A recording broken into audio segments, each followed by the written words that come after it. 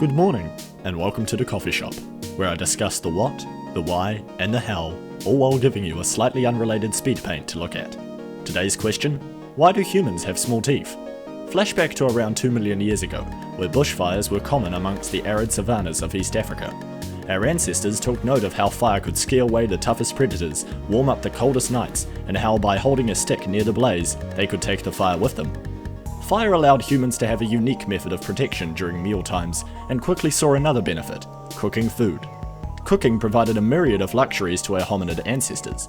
As humans lived off a scavenger lifestyle, any meat that they could get their hands on was a putrid mess. Fire could remove the risk of disease, and oftentimes remove the risk from eating otherwise toxic foods.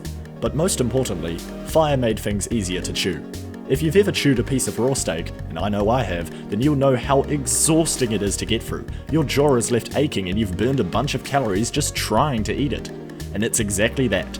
By instead cooking the meat, you spend less energy chewing and more energy doing other things, like hunting, foraging, and making tools. So with the clear advantages at hand, early humans began cooking their food more and more, and by 1 million years ago, we had figured out how to create fire ourselves, further cementing mankind's reliance on cooked foods. And if your species no longer relies on jaw power to eat, then there's no use for large mandibles and cheek muscles, and so it was that individuals born with smaller jawlines would have more energy allocated for other bodily functions, and thus have a better chance of reproducing.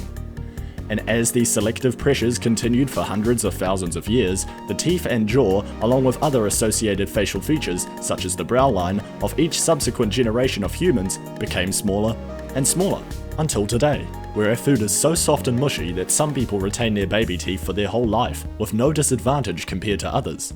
And that is why humans have small teeth. Hope you learned a thing or two. Goodbye.